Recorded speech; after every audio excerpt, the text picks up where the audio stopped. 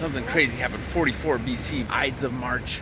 Julius Caesar was going to meet in a theater close by the Senate before he was set to set out to conquer all of Germany, going up through what is now the Ukraine from the Black Sea to conquer it through Poland. But he was assassinated by his compatriots.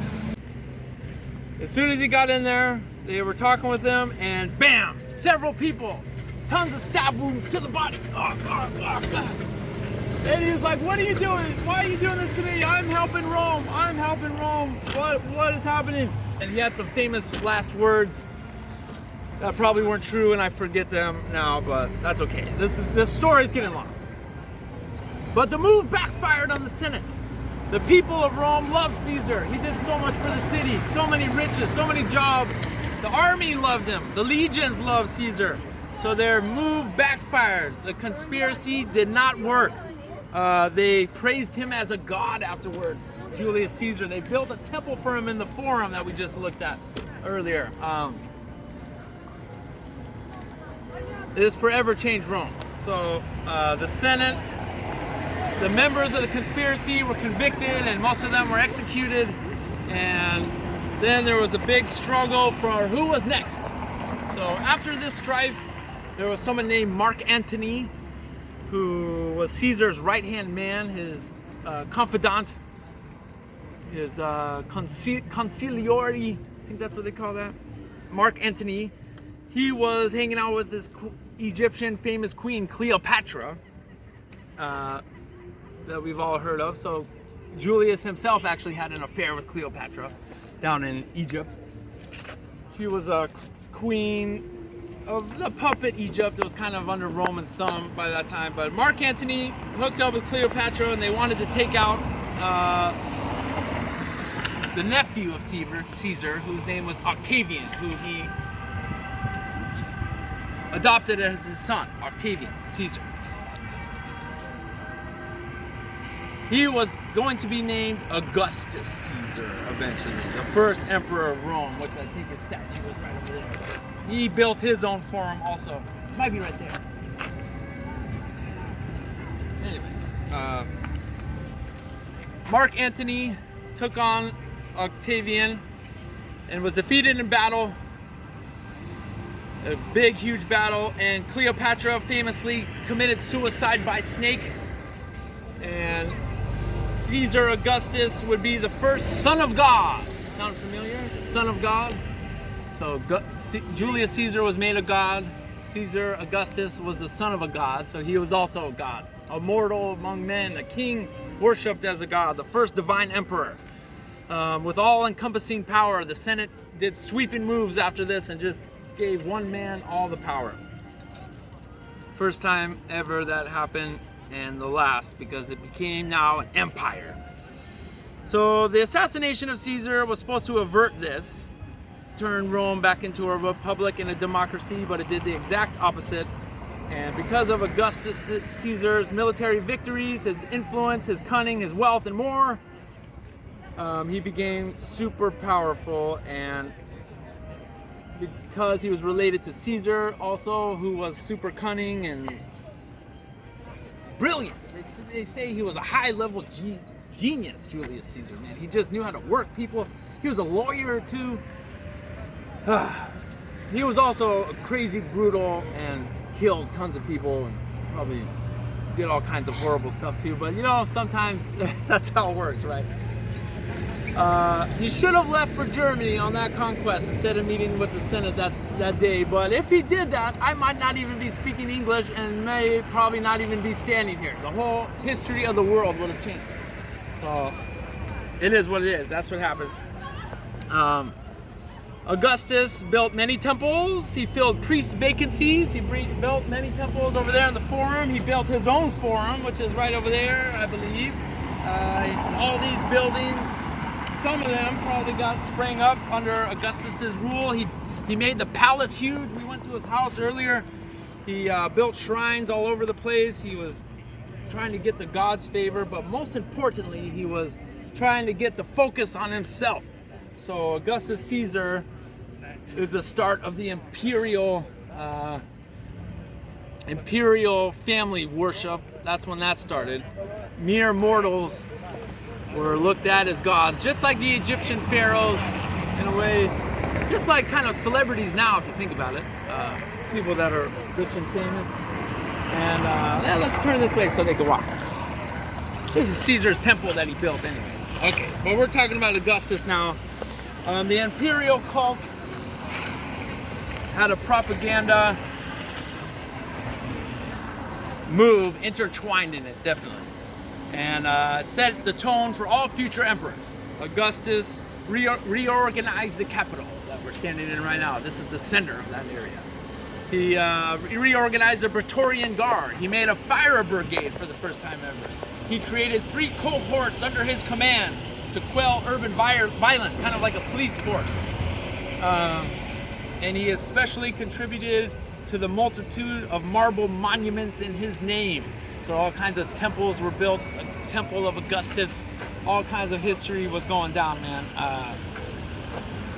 Later emperors like Claudius, we'll talk about next, and the next line of the Claudio-Julian family, I believe Caligula was in there, and Nero, some really bad ones, but also Titus. And this story is a long story in this long history of Rome. So stick with me for the next part. Julius Caesar's Forum. Buildings were added over time. The Temple of Caesar was, after he was a god, made a god, was built in 29 BC. That's right there where my hand is pointing. And the Roman Forum. We're going crazy with this history. I could stay here for hours, man. It's so crazy. It's so cool. All right, cheers, everybody. One interesting thing about this area that became the homes of the emperors, the original home was Augustus's here. So what the story says, what happened is lightning struck right here. And before anything was here, like the early BC, 1st century BC. And Augustus was like, I'm going to build a temple of Apollo here. But then, people, I guess, convinced him. They said, that's a sign for you to build your residence here. So lightning struck in Augustus's house. It's a sign from Apollo. This was a chosen area for the chosen man to rule the chosen city of the holiest of all holies, Emperor of Rome, Augustus Caesar. Apollo, this was a temple for Apollo, 28 BC, built by Augustus Caesar, the first emperor, and hey, Olivia, the wife of this first emperor. This is her house. So they were living gods. So the Romans maintained not just temples, but also these houses of the early first emperor. As soon as Augustus Caesar died, made him a god. This was part of his house, and there's a temple right here. It's just a massive area, man, the Palatine Hill. I've made so many videos. Augustus Residential Complex. Augustan Sanctuary. This is the House of Livia, named after and built in 50 BC, named after the widow. Oh, how sad he must have been, but probably had several women in his life.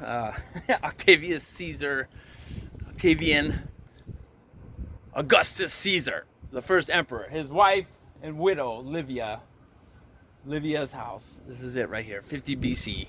And down here is just the expanse of palaces built by like 11 emperors over 400 years. All right, we're up on Palatine Hill. This is where Rome's origin story is. The house where Romulus lived was here. It was worshipped till the fall of the empire. 400 to 300 BC, it was prime real estate district. In 63 BC, the first emperor Augustus was born here and lived here through his whole life. His house is right around the corner over there. He built a house after his wife Livia that also still stands in 50 BC. The emperor Tiberius, Nero, Caligula, Trajan, Hadrian, Septimius Severus, And the biggest and richest structure that was added of all was Domitian's in 81 to 96. All those emperors built up this area. Well, the interior of Augustus's house was pretty cool, man. It's pretty well preserved behind this glass. Somehow they found this and fixed it up, preserved the walls. They got this weird little guy right there. Look at that guy. Look at his face. Got a funny face, man. What is he doing? Some nymph or something? Little scene of art right here. Man, I love seeing the actual art. Woman, kid. More people are coming now. Bellissimo. Augustus's house. Worshipped.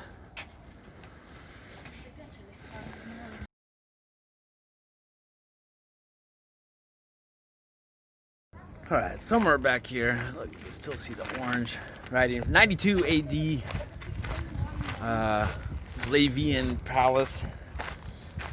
Emperor Domitian, who was kind of psycho, added on to the palace that was here, which was Augustus's house, and then every other emperor. And I think it was just really built up over time. I'm not sure which part is Flavian's palace. Can't find the sign, but it's all really impressive and cool. Really old. This was the area of Palatine Hill. Look at how far it goes back there. Just imagine all these buildings standing, and it's just, it's hard to imagine. Imagine all the crazy stuff that went inside the palace too. You know, family life, children, governance, stuff like that, but also probably all kinds of psycho orgies and killings and torture and rape. Jeez. Oh.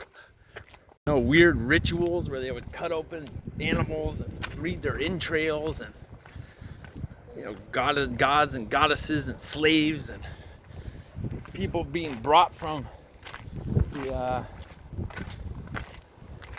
rooms of Augustus. Right here. All right, so this is Augustus' area. People from, you know, enemies from Parthia and Greece, and Persia, Judea, and all kinds of places probably getting brought over here into the palace walls and tortured and get their throats slit and all kinds of horrible shit. Used to probably go down here.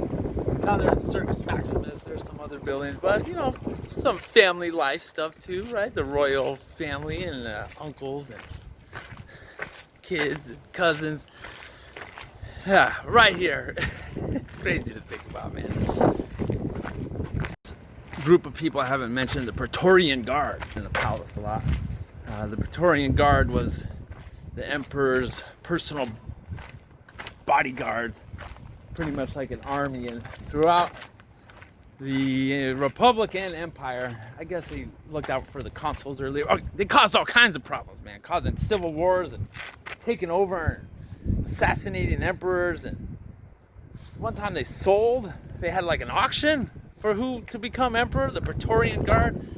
They were probably running amok inside these palaces, man. Crazy people, power-hungry warriors, bloodthirsty. Yeah, they were here too, for sure. So this is Palatine Hill, man. The Praetorian Guard were here. Slaves, royal family, imperial family, prostitutes, all kinds of stuff. The 2 BC Forum of Augustus built. Augustus Caesar. Little ruins of things. Huge temples right there. Okay, I left out a ton of information, like Augustus Caesar lasted a really long time. He's probably the greatest emperor, the first emperor, you know, a 40, 50-year reign.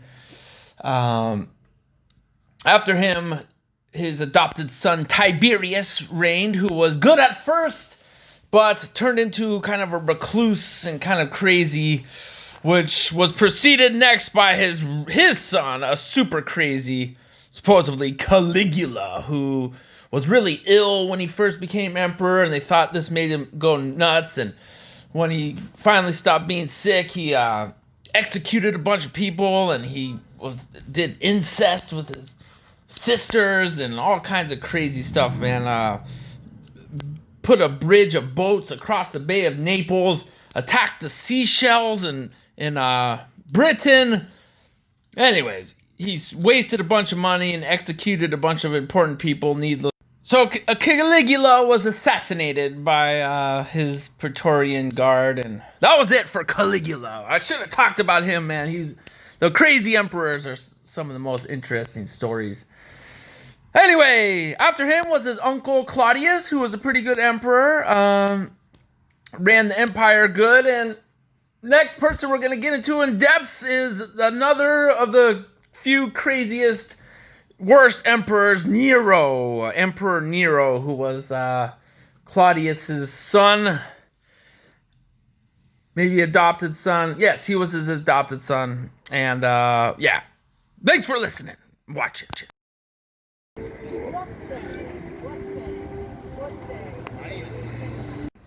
Okay, hello from the Roman Colosseum. Flavian Amphitheater was called at the time.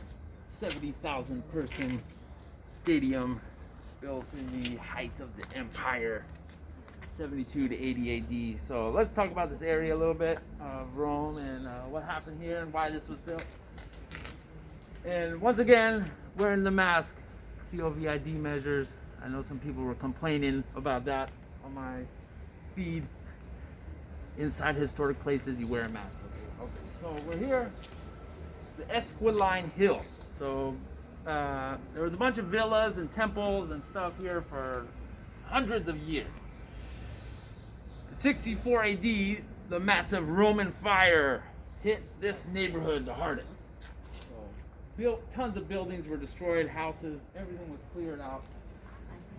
And this fire was controversial. A lot of people blamed Nero himself. There was a story about Nero being seen playing his favorite instrument while the city burned. But a lot of people think that's propaganda. I'm not sure. Could be true. The people in the Senate were turning on Nero at the time. They didn't like him very much. He was pretty crazy, wasted a lot of money. And he wanted to build a golden, massive palace. So he needed to clear out some land for this. That's why they think he may have started the fire. So the fire was raging right in this area. Nero famously blamed Christians for the fire, even though there was no proof, and killed a bunch of them, including St. Peter and St. Paul, apostles. So after the fire of Rome, Nero decided, most Romans thought this new Eastern cult Christianity was a little weird anyways. They were kind of like the lower classes of society too, a lot of immigrants, different things like that. So Nero thought he would placate the people who already kind of hated him by arresting and kicking out the Christians out of Rome. So he went way beyond that though. He persecuted and found and rounded up all the Christians he could find in Rome. He, threw them to dogs to get eaten by dogs. He did all kinds of horrible stuff to them, tortured them until they confessed to starting the fire. This is a really awful one. He would, with his friends in his palace and villa, he would crucify Christians, light them on fire while they were alive, and use them as torches for his drinking party. This is a verified story. This is insane. Emperor Nero. And most notoriously on this spot, he captured a bunch of Christians, including Jesus' friend, the Bishop of Rome, Peter. St. Peter, who this basilica is named after. So right on that spot where that church is where he was buried. I believe he was executed on Vatican Hill. It's behind there a little ways. Anyways, out of respect for his friend and who he believed in, Jesus Christ, he asked to be crucified upside down, which they granted him. So he was crucified upside down right over there, and his body was buried right there, just in a pit, and forgotten about. So the racetrack existed after that, and Peter's mission ended, but he's obviously spread. Oh, there's Peter talking. These bells go off all the time. I love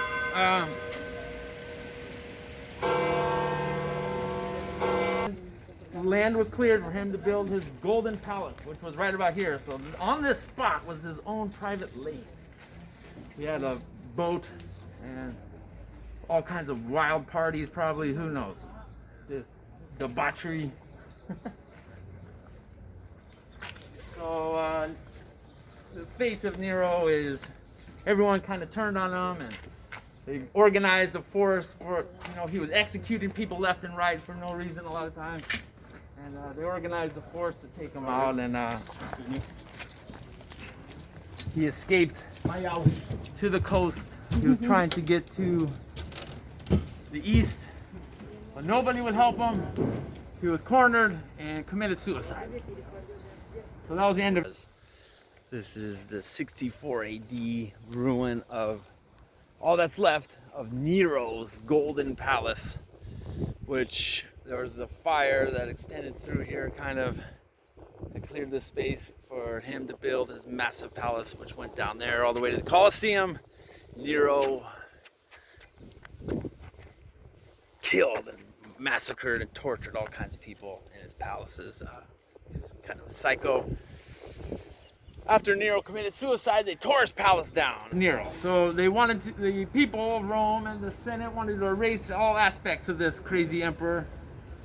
So they decided to tear down his palace. They drained his lake, which was right here.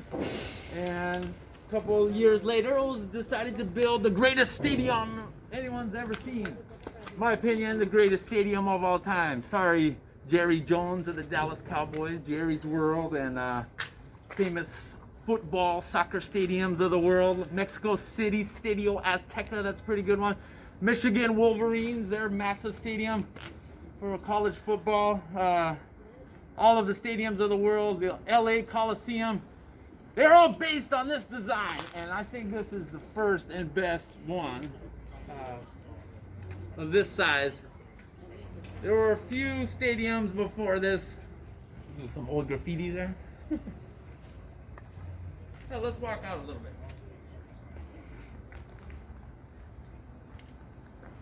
Thank you, camera woman. And also, if there's any questions. So there was a few stadiums before this in other areas of the empire, but this one was the biggest, 70,000 person.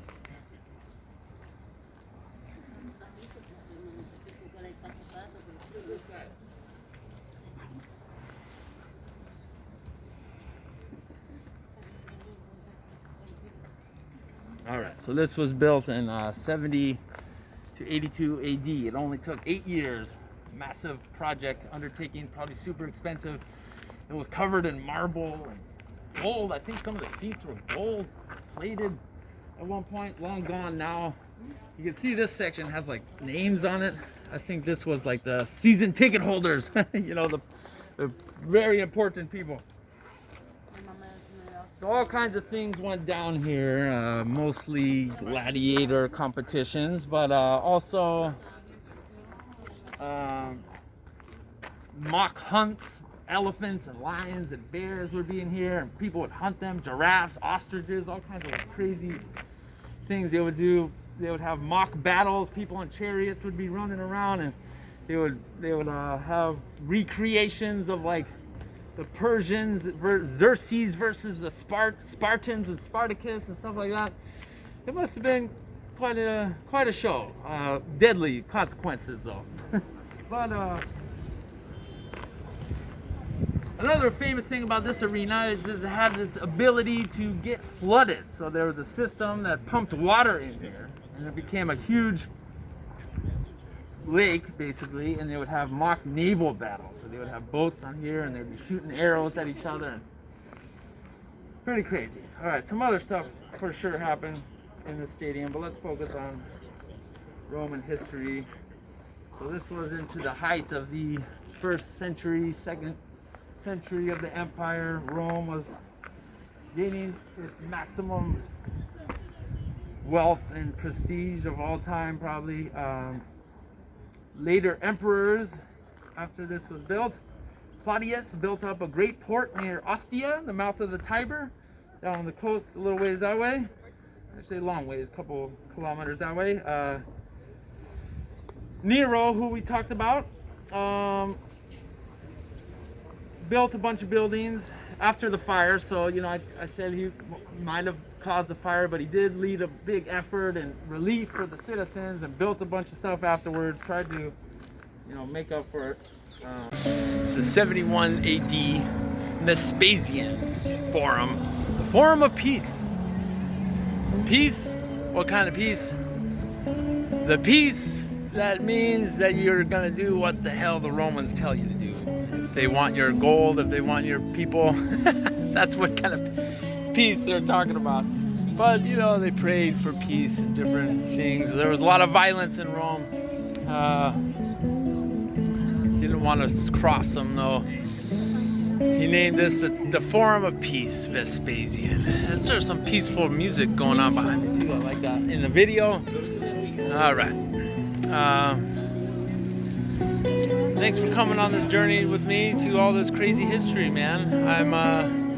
I took a lot of time to research all this, and really I'm a lifelong learner for history, and I like going to these places. Actually was the most grand part of any palace structure ever built right here.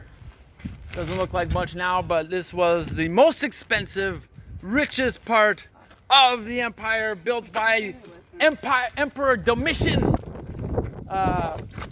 in 190s AD, I believe, and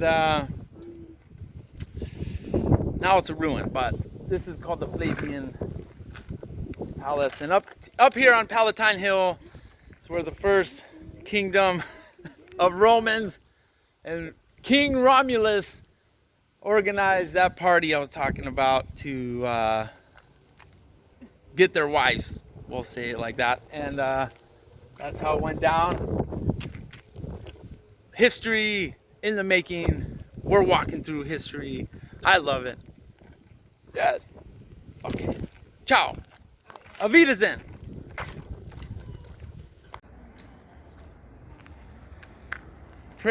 Emperor Trajan was around when this was here, 98 to 117 AD. He really built up the city, and the empire was at its greatest extent.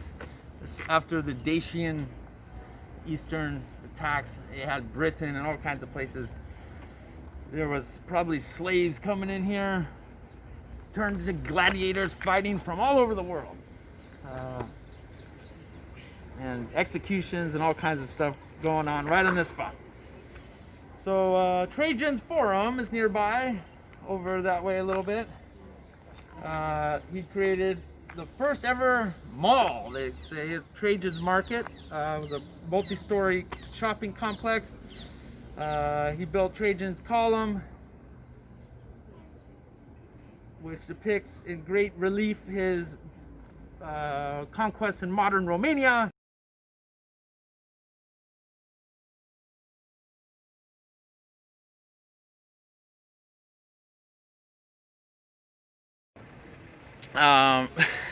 Just went through some craziness. We got crazy history right here though. This guy from Senegal was trying to get €100 off of me.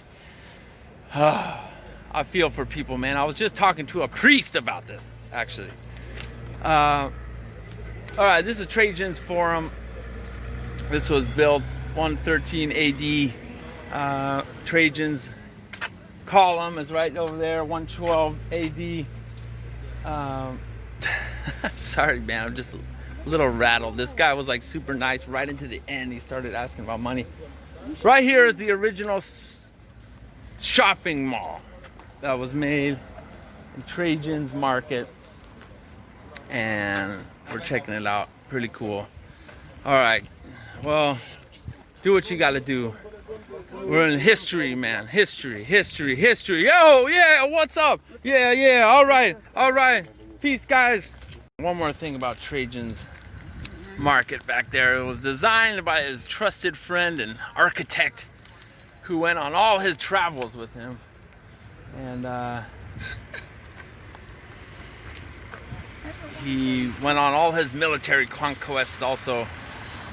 And he built his own forum right over there, Emperor Trajan, early 100s AD. Over here we have another, even more famous person's forum, Caesar. I've always dreamed of seeing this, the greatest stadium ever built. I'm sorry, Jerry's World, Jerry Jones in Dallas, and the great football, soccer stadiums of the world. The Michigan Michigan University Wolverines College Football Stadium. If you have reservations, Anything. sir, for the entrance. Oh, thank you. This is the best stadium of all time. Built long ago.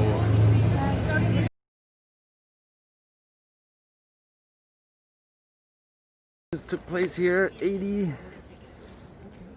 to 523 AD. Sneaky old. I guess during the Byzantine times or something. After the fall of Rome. So, didn't know that.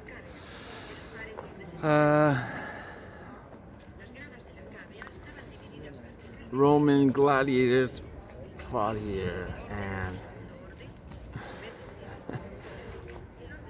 organized into group wild animal hunts, executions,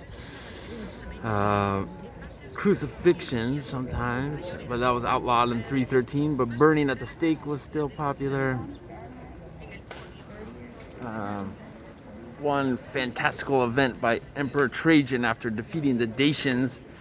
He had like 10,000 animals running in here and gladiators over a whole day period. Rhinoceroses and hippopotamus, elephants, all kinds of crazy stuff. Sometimes it wasn't a hunt, they would just have the animals run around because people never seen anything like that before. Exotic animals, and if the animal was killed in the hunt or whatever, they would butcher it on the spot for the hides and the meat, and sometimes they would quickly cook up the meat and serve it to the crowd. That's crazy. Eat the elephant that was just killed in the arena. Oh man. 10,000 animals. Is it Roman brick? It is. So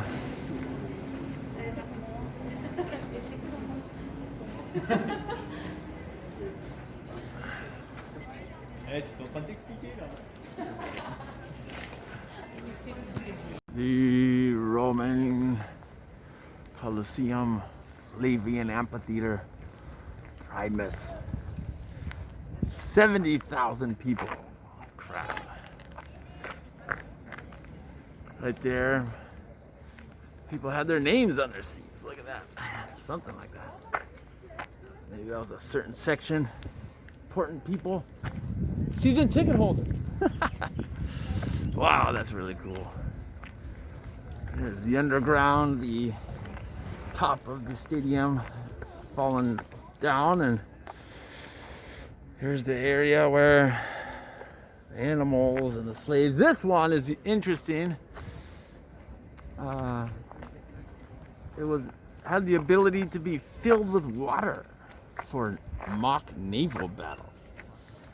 And it's ironic because it was initially Nero's private lake. The crowd goes wild. The hated Germanic gladiator has gone down. I don't know. Or the hunter has killed the attacking leopards. Or someone that was being executed, head got crunched by a bear. I don't know. All the crazy stuff they were cheering in here. Or some boat attack. When this was flooded with water, we got lit on fire and everybody on it died in the mock battle. Ah! All kinds of craziness. Oh man, it was none of these people I bet that are here. A select few, I could probably handle it, but I would probably be pretty freaked out. But I bet most and none of these people could handle just the crazy violence that was going on inside here. We're so disconnected. The gladiator fight was 435 AD, after the fall of Rome in 410. And the blood of gladiators was mopped up with a sponge, fed a profitable business, drinking human blood. What crazy remedy for epilepsy. Wow. Defeated gladiator might ask for mercy or be killed. Granting of mercy was at the hands of the editor, which in Rome meant the emperor. Victorious gladiator received a symbolic palm and valuable gifts. Gladiators gained great popularity. But 300s gladiator games started slowing down, and the last one was in the 400s. Death penalties were carried out here. The first one by animals that was written down was in 197. The first one hunt that was written down was in 186. Hunters between hunters and animals.